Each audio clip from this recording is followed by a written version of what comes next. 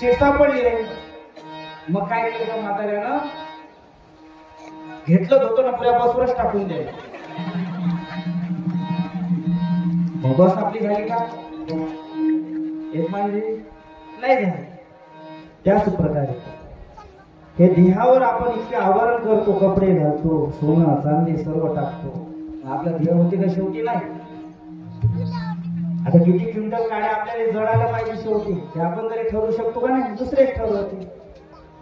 जन्माला आलो ते आपल्या हातात नव्हतं आणि मरणही आपल्या हातात नव्हतं. शेवटी दुसऱ्याच्याच हातात होतं. तरी अभिमान किती आपल्याला. जायचं चार माणसाच्या खांद्यावरच जायचं. तरी या शरीराचा आपल्याला अभिमान आहे माय बाबू. हो म्हणून पैसा कमवताना हे जे आहे ना आपला पैसा उत्तम कार्यामध्ये खर्च झाला पाहिजे. जोडून आधारा